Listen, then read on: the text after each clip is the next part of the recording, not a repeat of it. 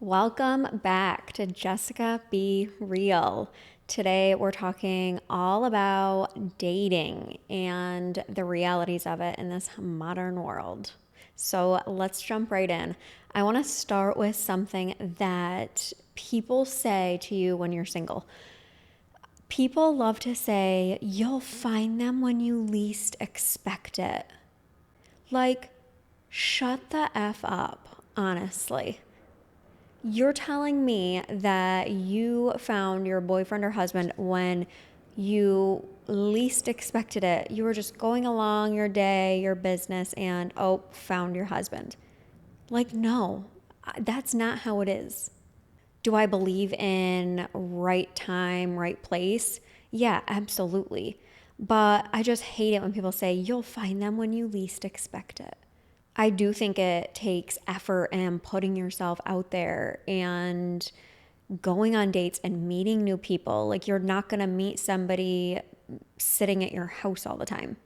I mean, maybe you will with this day and age and social media, but still, it's going to require you to actually go out and meet the person and spend time.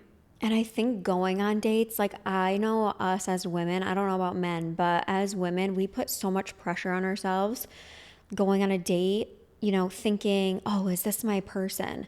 And I think we need to reframe our mindset around that and just think, okay, this might not be my person, but I'm going to go out and I'm going to be genuinely interested in this person and have a sense of detachment about it. Like, this may or may not be my person, but I'm going to go out, be interested, and have a good time. And hopefully, if things don't work out, hopefully I added a little bit of happiness and positivity and brightness to their day. We also like to get in that mindset like, oh, dating is so hard. There's nobody good left. And that's actually not the case.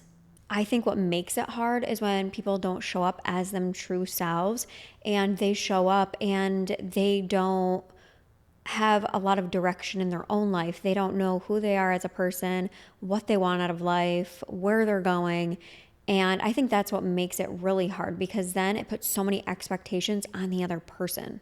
So I like to look at it as like a highway. So you know where you're going, you're on the highway, you're headed there, and somebody gets off an exit and aligns with where you're going. Now, sometimes they get off another exit, and that's okay. Everybody's not meant to be on the same journey as you are.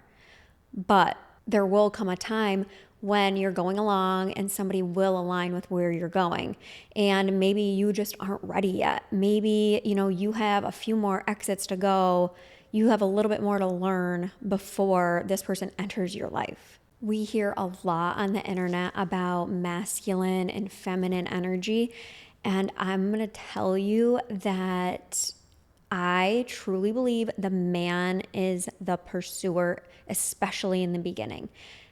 Being the pursuer is masculine energy. And for me to have that respect for somebody, they have to be the ones to pursue. Like, it's not the same for a woman, and it shouldn't be because women are supposed to be in that feminine energy. I'm not saying that, I know sometimes women have masculine energy as well, but I think, especially at the beginning of the relationship, the man is the pursuer. I know for me, I could like somebody so much, but if they are not the pursuer in the beginning, then I will not pursue them. And I know a lot of people would disagree with this, but it comes with like a level of respect and that level of leadership. Like, the man is the leader in the relationship. I was having this conversation with somebody that I met one night, and he was a younger guy, and I don't know how we got on the topic, but he completely disagreed with my point of view and basically just said, I find it attractive when a woman pursues me and comes up to me first. And I don't have that mentality whatsoever. I think there's so much attraction that comes along with the man being the one to pursue the woman. It is nice to get those different perspectives though. I've been in situationships that have lasted for far too long. And I just don't believe that, after all of that, I don't believe that dating is hard. But I do think that so many times we entertain things that are not meant for us for far too long. And that blocks everything in your life. That blocks the things that you are saying that you want. So the quicker you can cut those things off, the quicker it is that you start aligning with the things that you do want. You can't have both. You can't stay in something that you know isn't what you want until the other thing shows up. That's not how it works. You have to let go of that thing and, yeah, maybe go through a time period where it's a little lonely and you might be a little bored. But that's the time that you take to get crystal clear on exactly what you want in somebody, and take that time to also get clear on where it is you're going in life, what you want out of life, your values. And then when you meet somebody that aligns with that, that's how you know it's right. If you don't have those things figured out, it makes dating so much harder, and it makes it harder to show up as your true self. And I think when you're in that position, you're more likely to just people please and tell people what they want to hear and just make sure that they're happy. But those relationships don't last because then you're not being true to yourself. Like, I know for me, I don't want somebody to just tell me what I want to hear. Like, I need a little of that, like push and pull, and give me some of like that clap back. I don't want you to just tell me everything that I want to hear because, first of all, that's boring.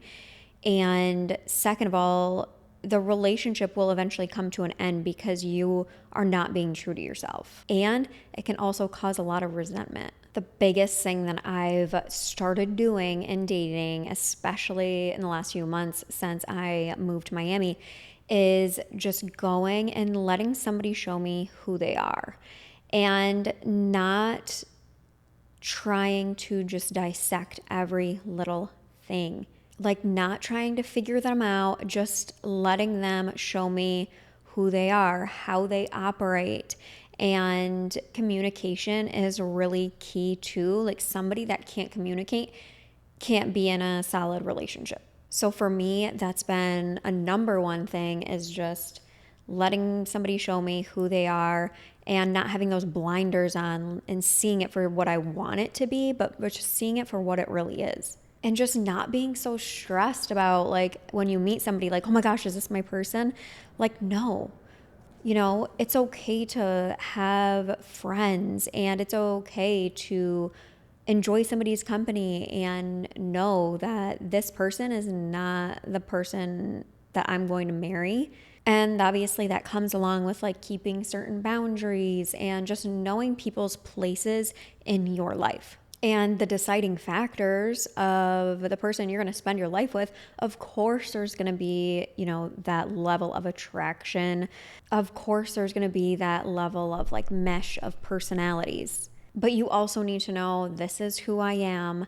These are my goals. This is where I'm going. And knowing if this person aligns with all of those things. I know, being in Miami, there are a lot of wealthy people here, and that's been one thing before. I know in my past relationships, I've always, it's either been like 50-50, or it's never been a situation where the man is the full provider.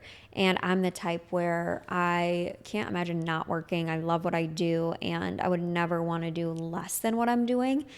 But I think too, my perspective has changed a little bit as well. It comes along with that masculine energy, the man being the pursuer.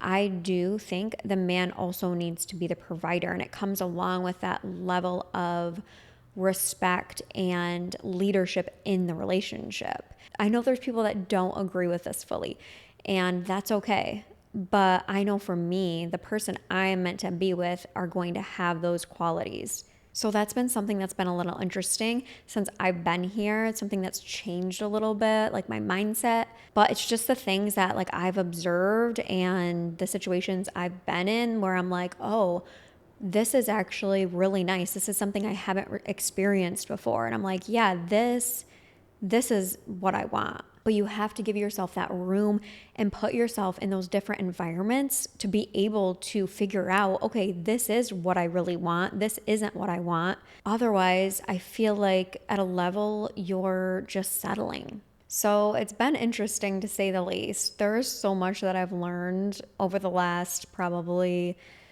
10 years in dating.